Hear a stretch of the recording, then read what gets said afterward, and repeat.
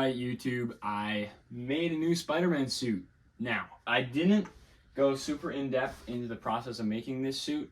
I kind of just made it. Certain things were recorded near the beginning of the suit making process, but as I sort of finished it up and stretched it out over the course of however many months it was, I kind of stopped recording it as much and documenting it as much as I kind of wanted to.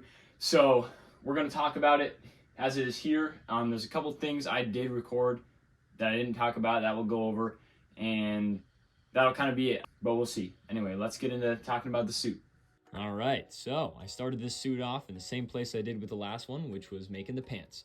Now, I didn't really record any of this except for a couple pictures, so we'll just talk about that when we review the rest of the suit. Once the pants were done, I moved on to making templates for the shirt, the mask, and the lenses. All of that was done exactly how I've been doing it for the past few suits, and the lenses were made the same way, craft foam, PC fan mesh, and after that I could start putting the mask together. So I traced out the mask and the main torso piece by putting it over a picture frame on top of my templates and then shining a flashlight under it. That's the method I've been using to trace webs for the last 2 or 3 suits, I think, and I love it. It works super well, it makes your webs nice and uniform, and as you can actually see from this clip, this was filmed in mid-summer and it's February now. That should kind of give you an idea of how long this suit's been taking. But yeah, on to sewing. Alright, so I have just finished sewing up the mask here. So we're just going to quickly cut these threads and then pull out the pins, and we'll see how it's fitting.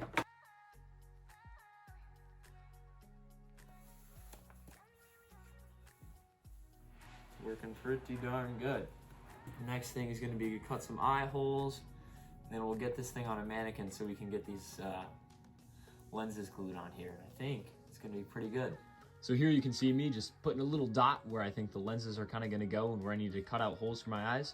And then after that, we can get to gluing. So once you get your little eye holes marked and cut out on both sides, that's basically just gonna be a guide for where you're gonna glue the lenses. So the next step is going to be to sort of put it on, look in a mirror or something, maybe record yourself. And once you've got your lenses, you're just gonna wanna sort of see where they look best positioned on your face, because obviously you're not gonna want them, well, you're probably not gonna want them, obviously not like this, not way up here, which is a mistake a lot of cheaper costumes on like Amazon or cheaper sellers will make them, is they'll tilt the eyes this way. But basically just map out where you're gonna want the lenses to be, and if you already have the webs on your mask like me, it's going to make it a lot easier because you can just look at where the lenses are in relation to the webs, and it's going to make it a lot easier to glue them on at all and also symmetrically. So let's get working on all of that. So I just grabbed my Gorilla Glue and glued those lenses right onto the mask. The mask looks pretty good, so let's move on to the rest of the suit. I jumped right into making the shirt, starting at that front red torso piece just like I said, and I also made the back piece, which is split up into the top of the shoulders and the waist. After that, I just sort of stitched everything all up and put it together. And here you can see kind of a sort of close-up of how I broke up the fabric into the textured fabric and the non-textured fabric. Now, for those of you who still poop your pants every time you have to understitch seams on your Spider-Man suits, what I recommend you do is take some little fabric scraps and just practice. This is a tip that I picked up from Sensational Spidey.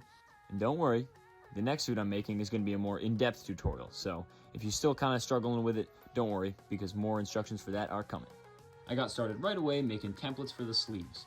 And once I had done that, I put it on my little picture frame rig and then started tracing it onto fabric. Now, you might have noticed looking at that template that there's a little bit of extra red on the lower part of the arm there.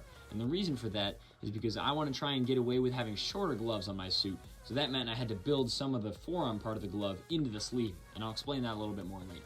Once I had the red parts of each sleeve traced out, I went ahead and stitched in the matching black pieces, and here's what that looked like. After that, I just closed off the seams on the side of the shirt and down the sleeves, and that was about it for the structural sewing of the shirt. I made the logos the same way I usually do, and we'll talk about that when we do the main suit review. Alright guys, I'm taking a break from sewing, and we're making web shooters now.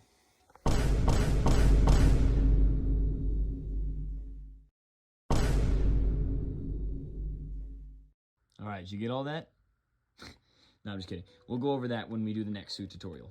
So moving on to the boots, I made them just about the same way I usually do, using my basic boot pattern. The only difference was when I went to glue them onto the soles, I cut out little cardboard pieces that are about the same shape as the foam sole, only a little bit larger, and then I put them inside the boot, which made the boot a little bit wider, so that way when I put down the contact cement on the bottom of the boot and the top of the sole, there'd be a perfectly flat surface that I could glue the soles on.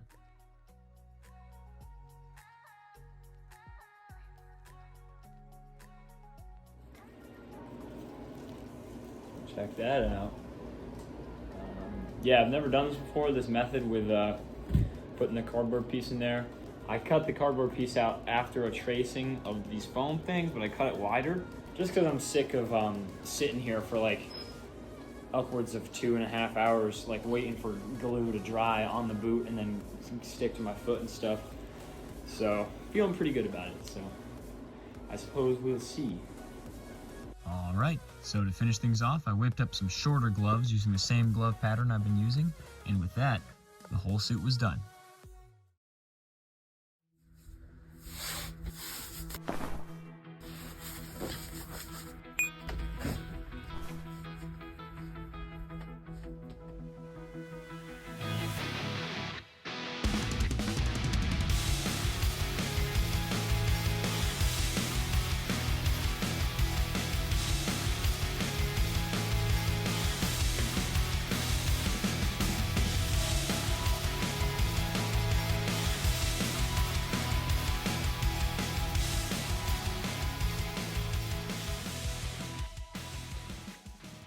All right, so kicking it off with the mask, there's a little snap button on here, and I put that there so that you can snap the mask into the neck of the suit and keep your neck tucked in so that, yeah, no, it doesn't come on untucked as much, so it looks a little bit nicer. Other than that, pretty standard Spider-Man mask work. Nothing really crazy going on here. Yeah, I think it came out good. All right, so moving on to the shirt of the costume. Right off the bat, as I'm taking it off the leggings here, you can see that the Velcro strip I put on here is a lot wider than it was last time. The ones I used on the last couple costumes I made, they're only about a 1/2 inch thick or so. And what I noticed is when I would sort of jump, flip around, all that kind of stuff, oftentimes if you're doing any kind of stretching like this, the shirt will just come right unattached from the pants, which, you know, obviously kind of looks a little bit dumb. So I decided to add this wider Velcro on here. It's just stitched on. I used a straight stitch because obviously it doesn't really need to stretch. But yeah, other than that, this shirt was made about the same as I've been doing it since I started making suits from scratch. And the back spider, same thing. UVA foam wrapped with fabric and then hand stitched on there. I'm not the biggest fan of the stitching on this. I think it's a little noticeable. So I might explore different back logo methods in the future, but shape-wise, you know, I think it came out pretty darn solid. Moving on to the leggings.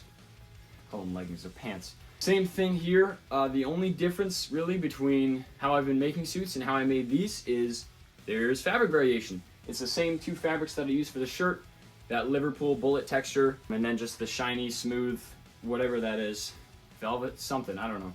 But pretty standard. Oh, and I will say, there's one other thing. I lied. There is one other thing that I added to these pants that I haven't been on previous pants. This little elastic strap that goes around the ankles. Basically what that does is when you're wearing it, it keeps the pants from coming up too far on your ankles. That's basically all it does. And then there's also these snap buttons that are on the back that allow the boots to attach, so they stay up too. So it kind of holds itself all together, which is kind of handy. It feels more like you're wearing one suit. That's it for the pants. Boots, I actually would argue that these are a downgrade from the last costume. I kind of just threw them together. It's just a flip-flop sole, contact cemented on there. I didn't do the cleanest job gluing it. I might go back and fix it later, or I might not, because they're not that bad. But yeah, snap button on the back inside of the boot, snaps right onto the pants, holds them up nice and tight. Nothing special about the boots. The gloves, they're just gloves. The only difference is they're shorter. That's because the way I did this shirt was I built the glove into the sleeve. The way I did shirts before is I would just have the stripe that's on the arm go all the way down, you know, and then the glove would make up the rest of it. Kind of like that. But on this one, I wanted to have the glove seam down by the wrist where the web shooters could cover it. So I went with the shorter glove, and I built the rest of the glove into the sleeve. And I think that turned out really nice, and I think that's probably what I'm going to do going forward with classic suits. And the last thing, web shooters. Now these, I'm actually pretty proud of these. I can't even, sit here and be too humble about it. I think they came out really, really good for just being cardboard and, pen caps.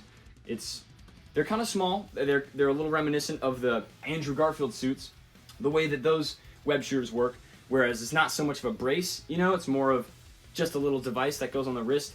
And I know some people probably aren't a fan of having this black strap go on the outside of the wrist, but I never minded it. I always thought it looked kind of cool, so that's what I've been doing. A little bit of weathering on there.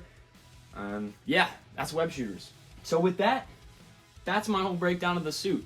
So that's about all I got for you guys for this video. Hopefully it's not too long and boring, but yeah, I got new stuff planned.